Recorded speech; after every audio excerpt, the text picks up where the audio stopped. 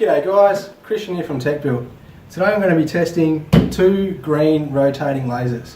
I'm going to be testing the GRL 300 HGV from Bosch and the CPI, sorry.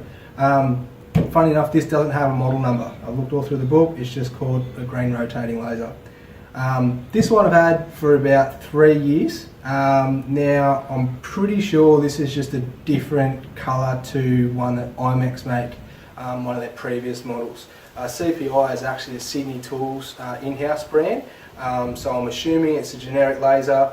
They've rebranded it for them. I know that Bunnings Warehouse as well are selling a rotating laser that's white and almost looks identical to this as well. So I'm going to be comparing the two together. This is their updated version, now green. They already have a red line laser. But these two are pretty similar side by side in terms of specs and what comes in the kits. So I'll be doing a breakdown of both, seeing how they compare, pros and cons of each. Also, full disclosure, I bought this one myself, whereas Bosch has given me this one to test and review. I haven't been paid for my views. I never do in any of my tool reviews to this point. I just haven't mentioned that previously, so I thought I'd let everyone know now. But yeah, I'll get into it. Okay, so we'll start off with the Bosch. As you can see, you have the laser unit itself. Very simple, your on-off switch, your speed selector here. You also adjust the rake of the laser, your battery indicator, and also if it's been shunted or not, it'll indicate as well. Now this just takes your standard alkaline batteries. You've got two big D batteries in there. So there you can put rechargeable ones in there if you like, but obviously there's no way to charge it. So alkaline only option with these. You've got your receiver, you've got a little bubble indicator on the front, which is handy, magnet on top, staff clip, and a screen on the back. These take your big 9-volt square battery. With that, you've got a little remote control. I'll go through that in a moment. Now you've got your wall bracket. Now, what I do like about this is it's got both inch and millimetre markings on it. What I don't like is that it's all plastic and that you can't fine tune it. It's free sliding and then you lock it out. So if you just wanted to move it up and down slightly, instead of having a fine tuning dial, you have to freehand it and then tighten it up, which could be quite annoying. You do have a little mounting clip on the top, so you can clip it onto a bit of track, but that's pretty much the extent of that wall bracket. And then you've got your standard green goggles and your blue target. So here we have the CPI. As you can see, the layout's almost identical. The boxes are pretty much the same size, both black foam padding. The only difference is that the CPI comes with this AC adapter because this has internal rechargeable batteries. You just plug it in and charge it when the battery goes flat. Little red LED will flash and then it will turn off, letting you know that the batteries are flat. And then there's a little red light on the adapter as well. That is red when it's charging, and then that is solid green when it's fully charged. As you can see, there's a lot more user interface on the laser itself. You can have it clockwise, anti-clockwise. You can have it spread, just hovering in one zone in an arc. You can have you speed it up or slow it down.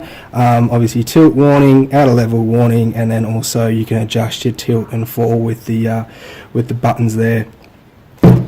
Again, little remote. I'll compare both the remotes and let you know how I feel about those. The receiver, it doesn't have the bubble on the front, but it does have the little bubble on the top. They both have the screen on the back as well, and it doesn't have the magnet top, but that's much of a muchness. Both takes the 9-volt square batteries as well. Target and the goggles. Now I'll go through this wall bracket. This is steel and aluminium. It has a fine-tuned base on the bottom of it that the Bosch doesn't have, but you can also override that by pressing this in and sliding it up and down. It also has the top bracket as well for clamping onto a bit of track or a thin bit of bit of material there, as well as the standard holes on the top for hanging off nails. But this is a much sturdier construction, stainless steel thread. So when you are trying to fine tune it, once you've set it up, this is heaps more handy. It doesn't have the indicators like the Bosch does, but that's the only downfall with it. And that aside, I think I prefer this just because it's a lot more solid, and that fine tune ability as well is a real winner. So what I've done here is drawn the thickness of the laser lines. Now the Bosch on top, that's about 2 millimeters. Whereas the CPI is a bit over 3. Like I explained before, it's a lot brighter, but the beam is definitely thicker. Now this is about 2 meters away from each laser. The lasers are identical distances apart, and we are in a bit of sunlight here, but you can definitely see the CPI being a lot more visually clearer than the Bosch laser.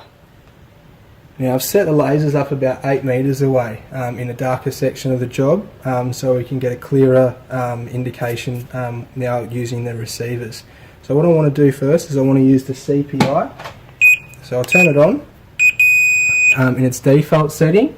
Now you'll notice the thickness of the laser. So that started there.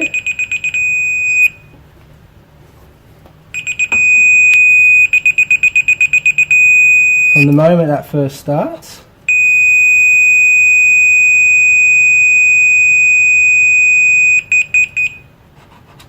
the moment it finishes, it's huge. So what we'll do is we'll put it in its finer setting, and we'll try again.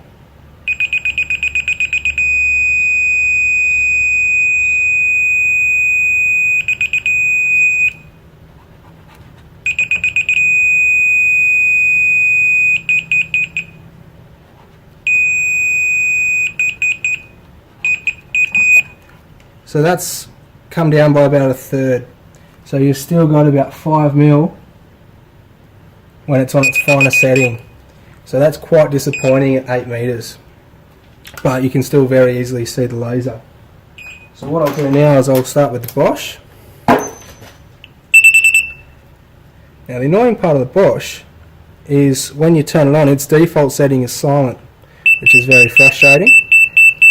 But what we'll do,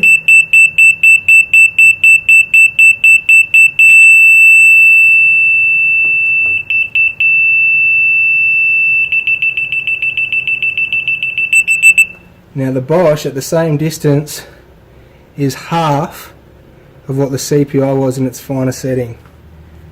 So I'll change that again and we'll do the same readout.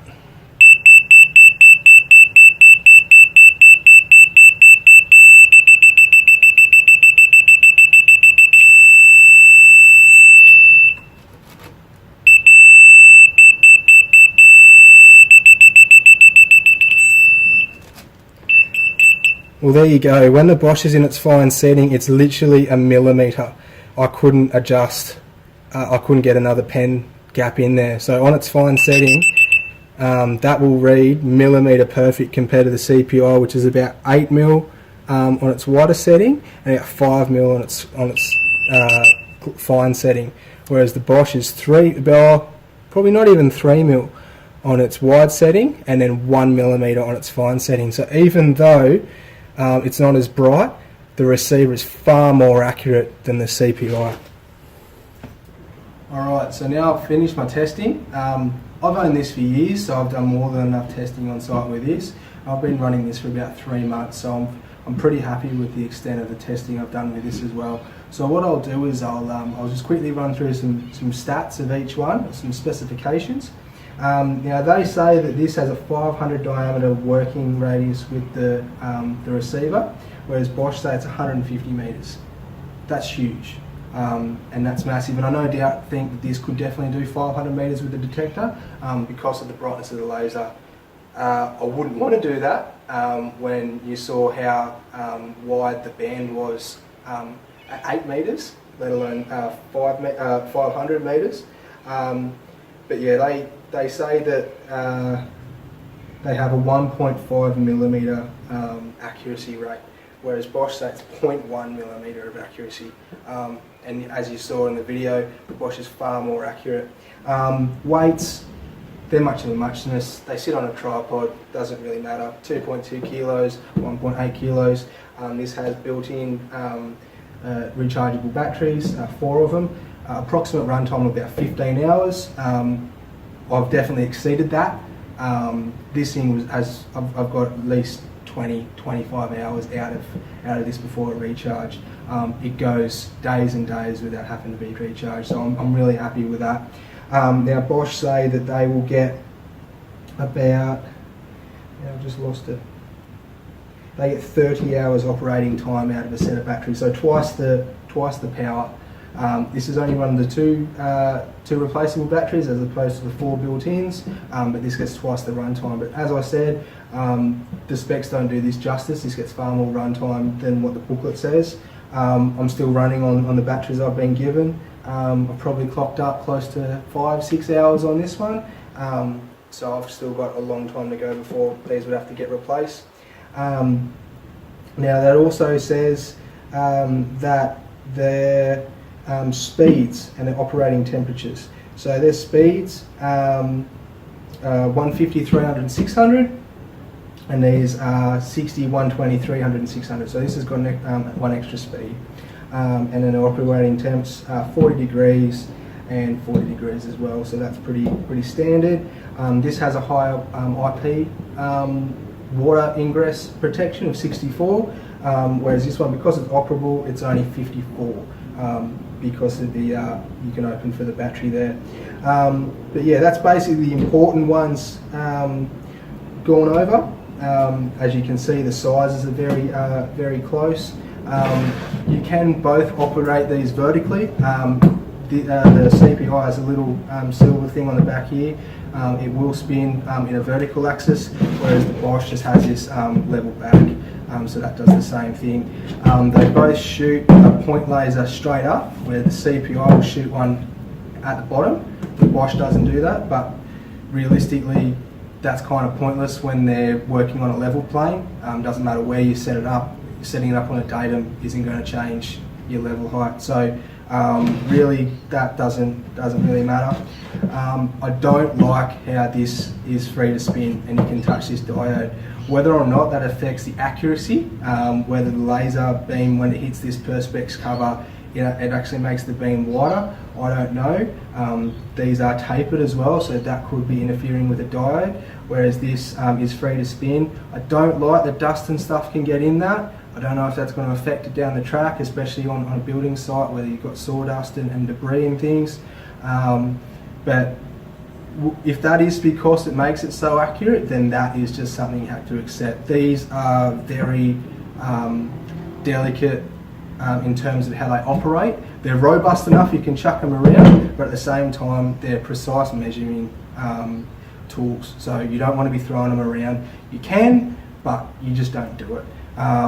So with that, even though it's got this chunky shield on top to stop it from being bumped around, that's great. But dust and things, if that's going to affect how this spins, that would only tell in time. And I have had issues where a little bit of dust has been getting in there. It hasn't affected how it spins. I've just blown it out, so that just must be a part of the design. But yeah, 300 meters diameter and 150 radius, and they're saying 1,000 meters diameter, 500 meter radius for this.